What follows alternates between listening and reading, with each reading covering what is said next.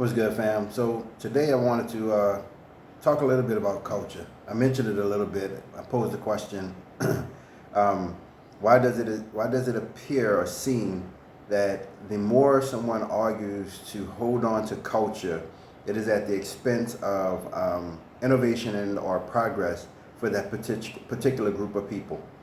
So this was uh, I guess this thought came from like experiencing the Palenque uh, group here in Colombia and watched eerie similarities to the Maasai tribe in the bush. Um, but various differences, like the size of the kitchen was a little bigger here, but they both use, kind of sticks and brush to kind of cook on. So there was no modern stoves or things like that, and I didn't see a refrigerator. Um, and so most of it is kind of from the field or hunting and gathering or the little agriculture they have to your plate. And they fixed us a meal like that too. So part of the tour, you were fed kind of a traditional diet, what was available, so forth and so on, right? So I found that very interesting. But what it made me think about culture is that there's just enough variation to make you assume that we are different, right? And so the thoughts that I wrote down, and I'm just gonna kind of go over, is like when you think about food typically has real cultural references to it. But even in the variations of food amongst cultures, if you think about a noodle or chow mein, like this still noodle dish is the same thing, just flavored differently. So the variation in spices that was available was just enough variation to differentiate, the Asian chow mein with the Italian noodle. And you can see this across the globe with things like the tortilla, pupusas. Like there's endless things of that nature that you can compare where there's just enough variation for people to say this is a culturally different dish, and therefore it's a means of separation. Food may be more of a means of gathering, but these other things we'll walk down the line and we'll talk about how they are used to separate us, right? When you think about clothes, that's another one of those things, right? I have a plaid button-up shirt. This is really an American attire. You get into the bush of Kenya and many other places, is a significant difference in clothing apparel. Fascinatingly, though, is the more access to television that they have, the more they begin to dress and assimilate into the American culture of clothing attire. So they look more American in clothing than I've seen any other similarities. And then when you talk about shelter, that is probably one of the biggest variations that we could talk about. But yet it's still simple designs that are created to protect people from the element in which they are in. So there's nothing like extremely mysterious. And so I think the biggest separator of any of these things that we're talking about, because really what I'm getting at is our similarities, is that the only thing that really differs any group across this planet on how they live in comparison to other people and how they attain food, clothes, and shelter is the technology in which they have access to in order to make decisions, not only make decisions, but actually use, right? Because technology can be considered having a plowing machine versus having to plow with cattle and some ancient techniques, right? And some people still do that. And so technology isn't just thought of as these devices like the one you're watching me on, but it can be thought of in many, many, many other ways. And so the reason why I'm talking about culture, innovation, progress is because in my trip in Belize, I jumped borders and I went to Guatemala and I visited the Mayan ruins. And like, I went to a bunch of different sites, and at these different sites, most of the monuments are in these things are looking like small pyramids or temples or whatever it is that they specifically called them, were eerily similar in design. And there were like minute differences in like pitch or angle.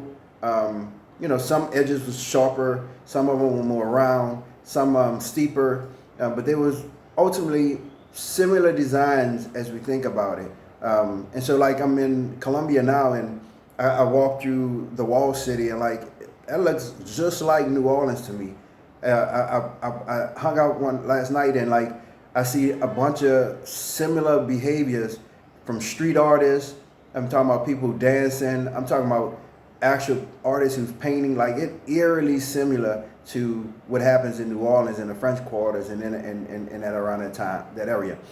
Likewise, the Palenque was eerily similar to the Kenyans. But when we think about it from the Mayan perspective about 1,500 years ago, is that they found these little bitty things that they were different about to drive wedges and ultimately destroy their society, making them susceptible for the conqueror, to be conquered by the Spanish. And so that's the message, right? The message is that like, at what point do we stop seeking for points of separation, cultural differences, as if it suggests that one way is better than the other? Because at the end of the day, there pretty much is no right or wrong way for any culture to exist. The people consciously made a decision to behave collectively in a particular way that brought forth a particular outcome that they were okay with. Because if they wasn't okay with it, then eventually they would just change collectively the behavior so that they can get an alternative outcome. And like that sounds like,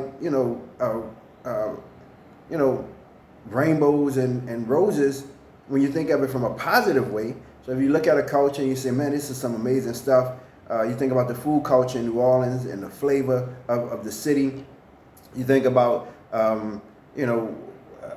the Aborigine of Australia and some of their cultural practices that people like to observe, or any other culture. Like when it's positive, we think of it as like, this cool thing.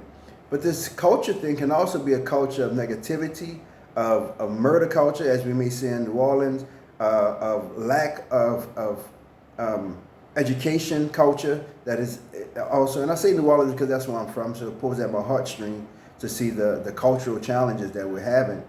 But at some point, somebody some leadership is supposed to step up and be the one to implement change, to change the culture from what it is into what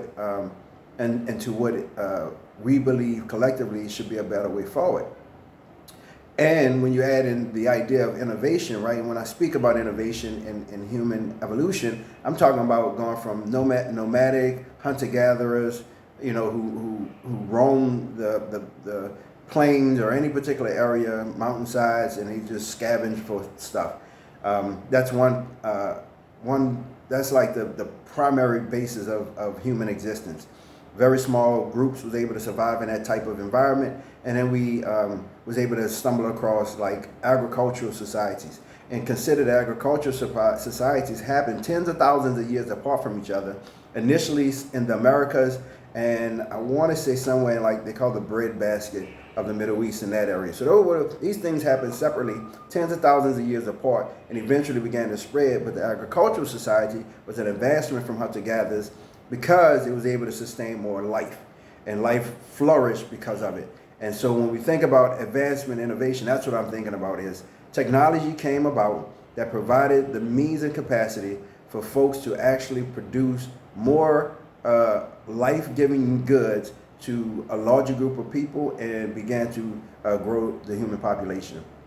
We went from agriculture to the industrial age. Now we started to begin to peel over into the culture of consumerism because once the booming of the 1920s was the Roaring Twenties, I think is what they called it, was almost done. Everybody pretty much had everything that there was to be had, and they couldn't figure out how to keep the culture going. So they created obsolescence, another cultural phenomena of the Americas. And so, again, I could go down this rabbit hole of cultural advancements, and now we're in the technology age, and you still have cultures who, for the most part, choose to continue to live at the beginning stages of human society. And so I'm just curious if anybody have any insight, books that they like to drop in the bottom or let me know about that talks about this phenomena. I think it ties more into like trying to understand the difference between people who experience similar things or the same things but have a different outcome. This can be kind of a broader idea about that thought process that people simply just, for whatever reason, choose not to take advantage or progress. They choose the level that they're on, and that is totally fine. I'm just, just a curious thought as I think about culture. But we do know there is some culture that have to change. New Orleans is one of them, and a host of other predominantly black urban cities, but also some predominantly white suburbs, not suburb, rural areas have some of the similar problems. So this is bigger than just some race that can be divide us. I'm talking about cultural change for society, because it is a society that's making people sick and pushing them to behave in these illegitimate manners.